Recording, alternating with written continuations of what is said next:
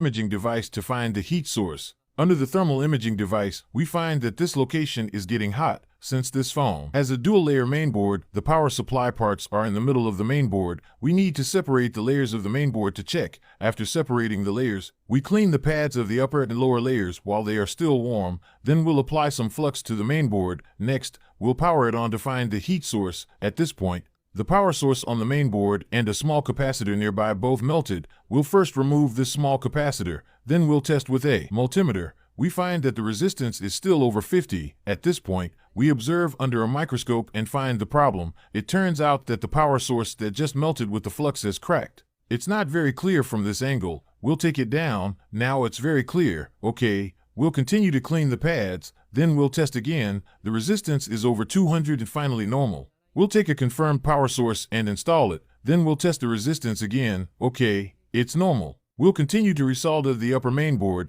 then we'll reassemble the upper and lower mainboards. Next, we'll connect the power meter for testing. Okay, it can power on now. We'll connect the screen and power it on for another test. After powering on, we find that the phone is in an activated state. We follow the steps to activate the phone. Next, we'll reinstall the camera and all other components. After assembling, we'll test all functions again. Okay, everything is normal. Now you can go. Through insurance for a free screen replacement, we successfully saved the fan over $2,000. In the end, do you think the rule of not allowing insurance claims for a screen if the mainboard won't power on is reasonable?